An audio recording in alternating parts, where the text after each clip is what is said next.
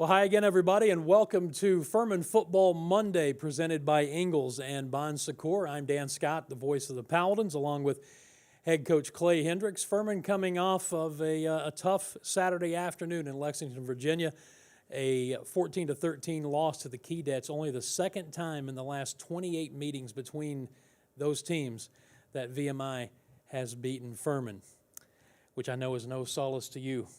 Head coach Clay Hendrix, good to see you again. Wish it was under better circumstances, but not your first loss in your career, and unfortunately probably won't be your last either. No, certainly disappointed with the outcome. You having a chance to go back and watch it now. One thing I can't fault our kids' effort. Really on me, we got to do a much better job, particularly offensively, of having a plan, making an adjustment. Had to make big adjustments. I think you got to give VMI a lot of credit. I think it starts there. But again, just disappointed with the outcome. Thought we played really well defensively. I think we continue to get better over there, and I still like our guys offensively. We just got to as coaches give them a better opportunity to be successful. I don't know how much of this we want to get into, especially because we've got a lot to cover. But football really is a chess match, isn't it? And normally you know quite a bit about your opponent. Sometimes they catch you off guard a little bit. Well, that's true. I mean, a lot of it's obviously having good plans, making adjustments. That's all part of it. That's part I enjoy about it. I think, we got an opponent for an opening game for the second time. Totally changed, virtually everything they had done, and we just didn't adjust very well to it, and had good plan for how we were attacking them, and again, as coaches, we just have to do a better job of adjusting, and again, I go back and watch it, and our kids played hard and competed right. It gave ourselves every opportunity to win there till the very end, and we just didn't get it done. We're going to take a look at our game summary before we get into the highlights and just some of the numbers, and of course we're going to talk a little bit about what happened there at the end of the game. Despite all of everything that went on with the sacks and everything that we've talked about, you're in a position to still win the game at the end, and I think that speaks to the way your kids played and how hard they played, just like you said. Well, it did. I mean, we made some adjustments to some things they were doing, and obviously didn't do a good enough job, but Ryan DeLuca's a guy that stood out and just made some great plays for us. Then again, goes back defensively. They gave us a chance all day. I said after the game, we give up 14 points. I think we beat anybody at any level because we just have that much confidence in what we do, but obviously didn't get it done. In our middle segment, speaking of defense, we're going to talk to one of the Paladin defenders, Landon Lawrence, the senior from Temple, Georgia, will be joining us here in just a moment. Let's take a look at our Bon Secours first half highlights from this game, and Coach, we'll just kind of talk about some of these plays as they happen, and there were some good moments inside this ball game, and one thing we saw was Hamp Sisson being forced to be on the move for a good portion of the game. Right. Well, I think that the key for us, or the negative key for us, just the number of negative plays we had. I think I told a couple of our coaches, I said, I think if we took a knee on those plays and took 0 rather than the negatives, probably would have won the football game. For a couple of variety of reasons. Some of it was scheme. Obviously, some of it we still got to block better, do some certain things better, and just put our players in a better position, to go out and be successful. And we just didn't do that as a staff. And again, that comes back to me from the very start. But they competed, and we had a bunch of guys do some really good things, and I have no doubt they'll come back here ready to go today. One of the things we got our first glimpse of in this game was the excitement factor that freshman Kendall Joseph can bring. He popped a couple of big ones for you. Kendall has continued to get better. Kendall kind of shows up each week at practice getting better and better, and he's a guy certainly we need to get involved. I think all those guys, Devin Wynn's playing really well.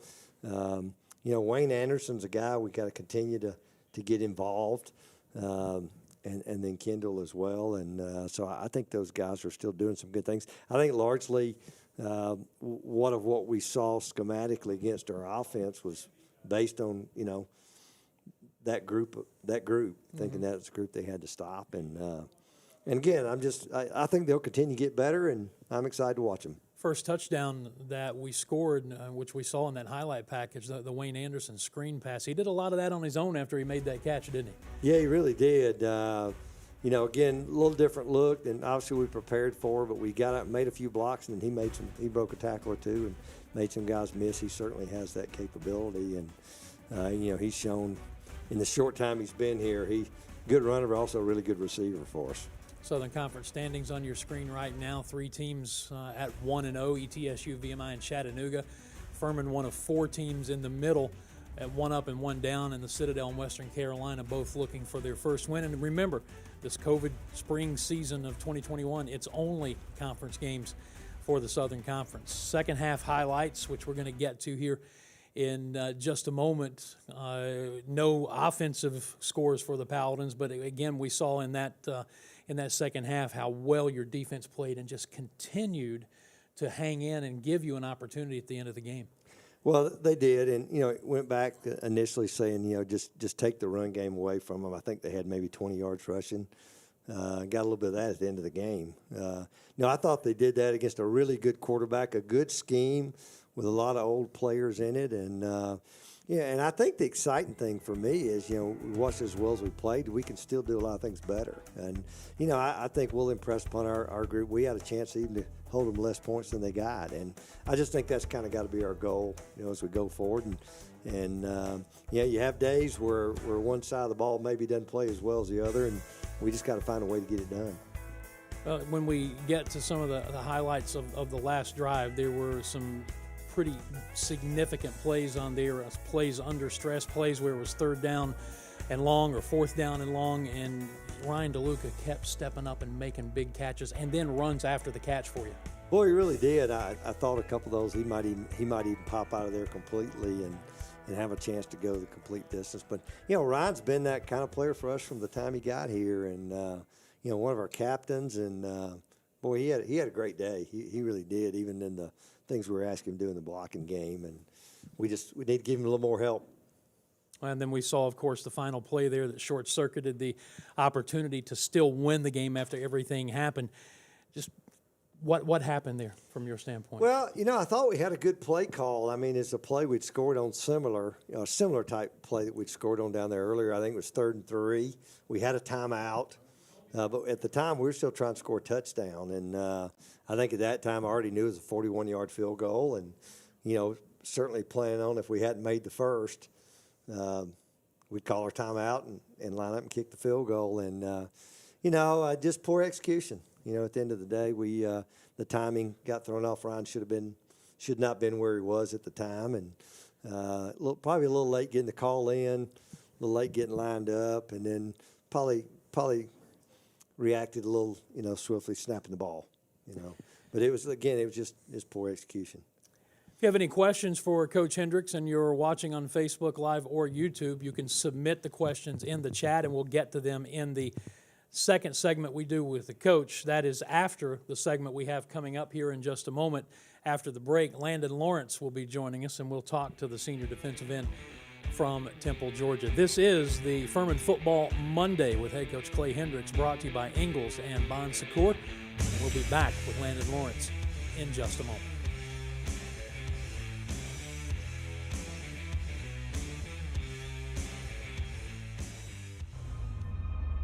This is where it starts,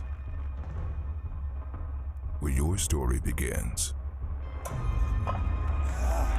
This is the trail you blaze yourself.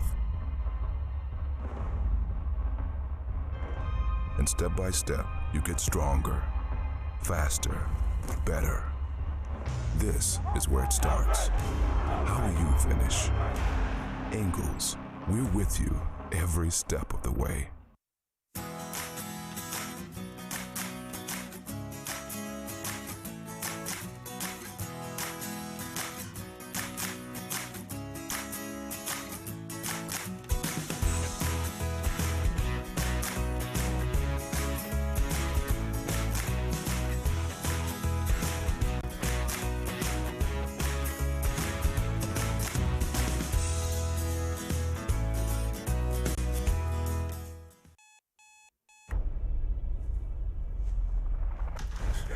We are a team. We are a unit. We are a family. No, literally. We are a suburban family of football fans.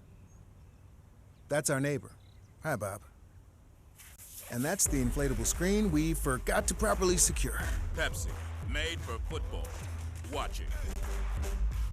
Because of this, we built Ford Super Duty to be our most capable heavy-duty pickup. Because of this, we gave the all-new 2021 F-150 an available 12-inch touchscreen. Because of this, we built Ranger with a terrain management system. And because Ford trucks are built for this, you made Ford America's best-selling brand. Don't miss the chance to get a 2020 F-150 with up to $10,531 in total savings at your Carolina Ford dealer. Football Monday brought to you by Ingalls and Bon Secours continues here from Paladins Stadium overlooking Paris Mountain. And hey, you can actually see it. The fog is lifted. Paladins will be back here on Saturday to take on the Sanford Bulldogs, a 1 o'clock start. We will be on the air with the Pepsi pregame show radio-wise, the countdown to kickoff at 11:30. And, of course, the game is also televised via ESPN+. And, by the way, the Paladins are ranked number 17 in the new Stats FCS poll that came out right before we began the program today.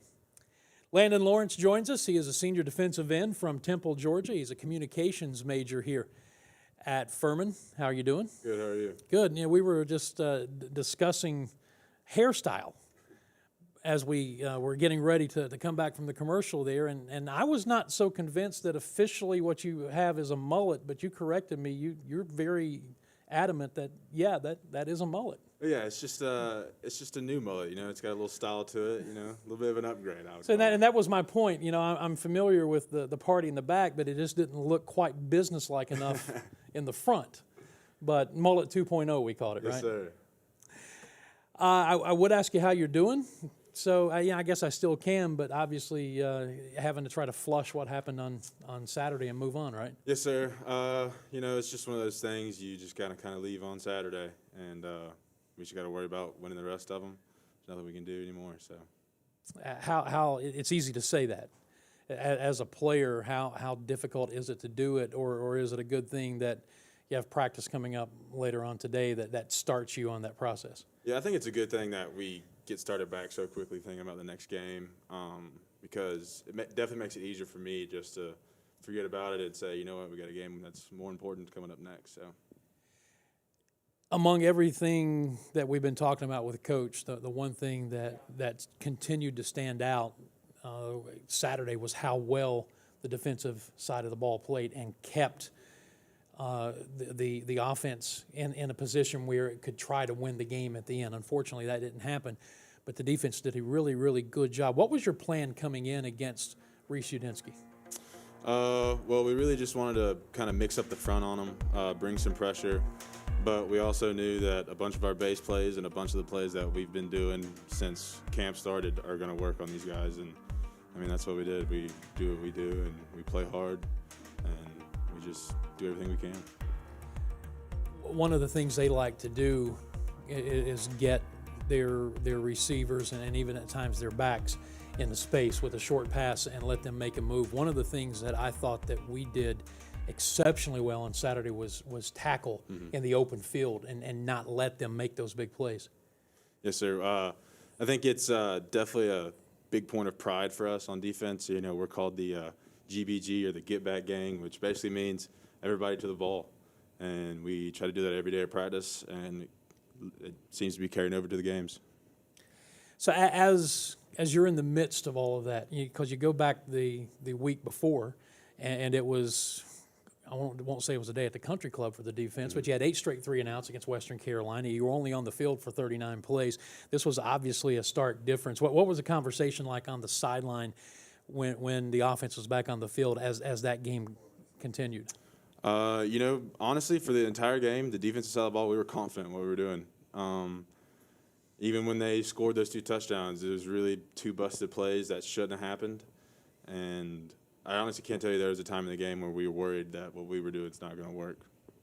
Defensively, just continued to play outstanding, held them to, I think, just 20 yards rushing total for the game, and most of that came on a run late, and also Udinsky running on a quarterback draw or two, so they did nothing with their backs of any substance in the running game, and you knew they were going to throw it a ton, and they did, but he never really was able to hit the big one on you, maybe more than just once.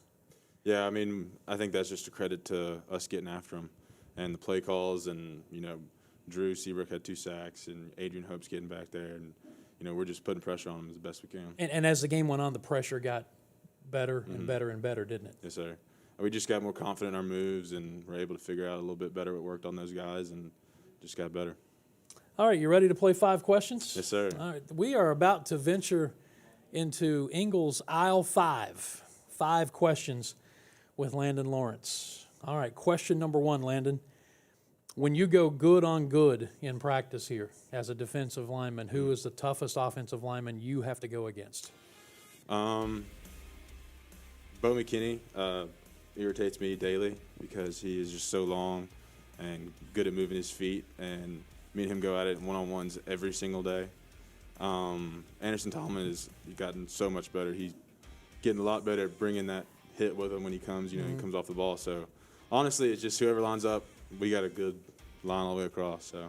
Well, and I'm glad you qualified, because when you said Bo McKinney irritates you, you could take that in a couple of different ways, right? Yes, sir. Question number 2. Your hometown is Temple, Georgia. Yes, sir. What is the best restaurant in Temple, Georgia? And I'm not talking about a chain. All right. I always qualify that. It's got to be someplace the locals go. Well, there's not much in Temple, Georgia, to be honest with you. But if I had to pick a restaurant that I wanted to go eat in Temple, I'd honestly probably just ask my mom to cook for me.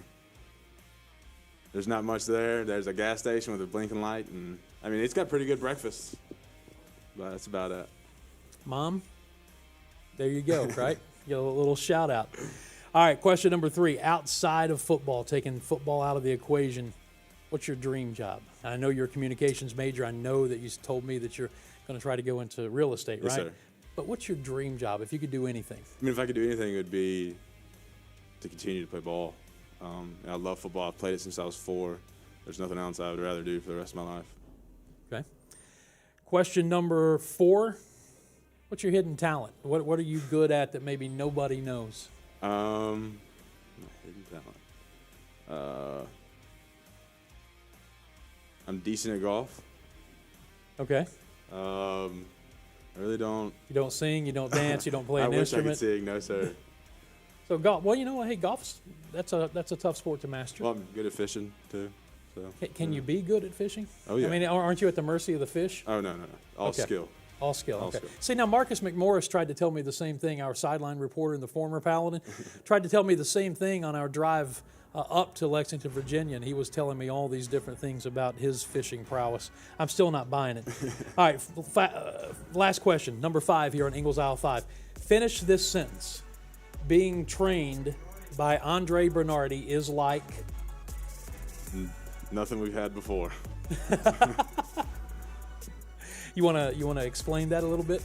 Coach Bernardi is just so well known in what he does and what's good for us, and he's so motivated, and he's going to push you until way past you think you're done, and he's just a good motivator and a good strength coach. And he looks like he's still in good enough shape that if you don't do what he's telling you to do, he's going to get out there and do it for you, right? Oh, yeah, of course. I try to make fun of him all the time and tease him that his shirts are getting small, but he knows the truth. That doesn't work. No, sir. Doesn't work. Landon, thank you so much. It's been fun to catch up with you a little bit here, and let's turn things around on Saturday against Sanford. Yes, sir. Sounds good. All right, that's Landon Lawrence, senior defensive end from Temple, Georgia. Our Furman Football Monday, brought to you by Ingles and Bon Secours, will continue in a moment. Clay Hendrix will rejoin us right after the break.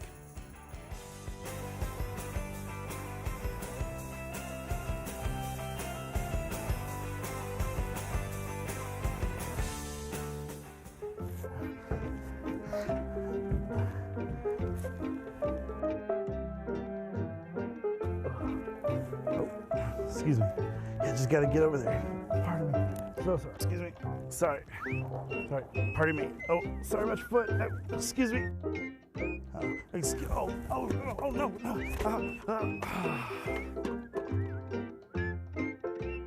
Ingles, your place for food and football at home. Health. Suddenly that word seems more important these days, as it's consumed all aspects of our lives and made our universes feel smaller than ever. But at Bon Secours, your health has always been our top priority, and we're staying as committed as always to personalizing the right care for you. Because whether here or from home, we believe your health care should always revolve around you. Bon Secours, primary care for the universe of you. Visit bonsecours.com/primary care to connect with a provider today. Now your doorbell is your dinner bell. A big Bow-Box delivery from Bojangles will feed the whole family. Just tap your app for 8 pieces of chicken, biscuits, fixins, and tea. It's bow time.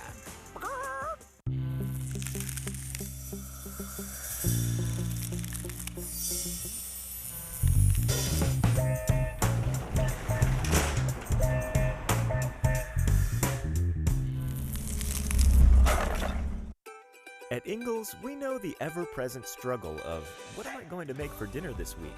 That's why we started the Ingalls Table. It's a website that brings the best chefs and food experts right into your kitchen. You can sort through hundreds of recipes for every occasion, watch how-to videos, and print shopping lists to take to the store. It's all waiting for you at ingalls-markets.com. Ingalls. Low prices. Love the savings. Clay Hendrix rejoins us as we welcome you back to the Furman Football Monday here brought to you by Ingalls and Bon Secours. Before we kind of move on to some other stuff, speaking of Bon Secours, let's check out our Bon Secours catch of the game highlight made, and this one was a dandy turned in by Zach Peterson on the VMI sideline. So he had that to negotiate. It actually went to review and was confirmed. But, Coach, I'll get your thoughts on this play as it develops. Yeah, just a great job of Hamp, getting a little pressure, stepped up and kept it alive and then made a good decision. Zach taught to do just what he's been coached to do. In that particular case, you watched him, he came right back down the sideline, back to the ball into the sideline and gave Hamp a place to throw the football. And then made a heck of a catch. Just saw Zach Peterson very sparingly back in the fall 2019. I keep wanting to say last season, and I guess technically for us it was. But in the first 2 games here in the spring 2021 season, we're beginning to see why you guys are so high on him as a receiver. Well, I think he'll continue to show up. I think we got a number of guys out there, probably haven't utilized some of those guys as well as we can, and I think that's something we'll continue to work at going forward. But I think there's a number of guys. I mean, Ryan's obviously shown it, throughout his career. DeJuan Bell's a guy we'd love to get more involved. Certainly our tight ends. There's a lot of those guys, and they're certainly going to be a big part of what we do going forward. If you have questions for Coach and you're watching on Facebook or YouTube, you can submit them in the chat, and we will ask Coach Hendrix as long as we have time. We have a couple that have been submitted right now. The first one, Clay, says that we struggled running the ball up the middle, and from at least their standpoint, the offensive line wasn't getting much push, and the plays seemed to be slow developing. A, do you agree with that? B, what's the fix? Well, the fix is pretty simple to get our guys a little better opportunity because, if you see really what was going on for the most part, we were almost always outnumbered, quite often by 2 people. And our biggest problem were the unblocked hats, and it wasn't because we weren't blocking; we didn't have a hat for them. So I think that's where it's going to start. Do we need to block better? Absolutely, we do. But I don't think that was as big of the problem as it was just, scheme-wise. We weren't putting our guys in a great, position there. And so, certainly looking to get the ball in the perimeter. We had some success when we did that and being better in the passing game. But it all kind of goes there together. And then obviously that was their plan coming in, and we didn't do a good enough job of adjusting to it. Next question we have says, do you think we will see a trend of a lot of blitzes in the future? It seemed that VMI blitzed on just about every down. Well, I think every week you watch tape and you try to attack people in ways that's maybe hurt them. So I'm sure it won't be the last blitz we see. We saw a few even week 1 at Western Carolina. Obviously, we do a lot of it ourselves, so we see it.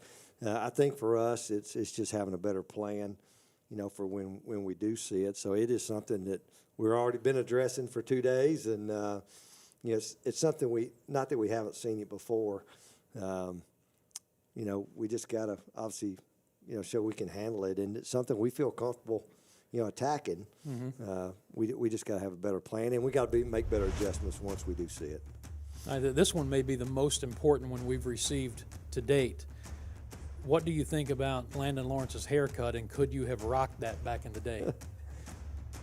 I could not have rocked that. Well, back in my day, you probably could have done it and got away with it more than he gets away with it. He kind of stands out right now. Yeah, right? he kind of stands out. But, I quit fighting the hair battles many years ago, and I kind of tell our guys as long as it's, it's kept and clean, and then they can be who they want to be. And But Landon, I tell you what, Landon's played really good football for us. It's funny, Landon and I recruited Landon at the academy, and that's how it all started.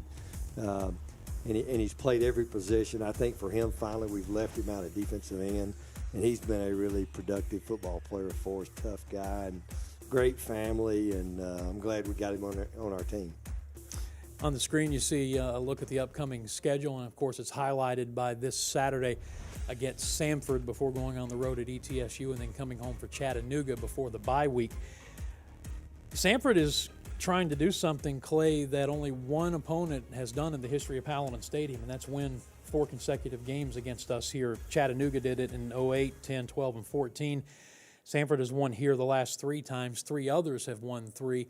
Obviously, that means that Furman's been very, very good about defending home turf since Paladin Stadium opened back in 1981. What do you know about this Samford club? Well, going to home field, that's one of our goals, is to be undefeated at home, and that's certainly all our goals are still in play right now.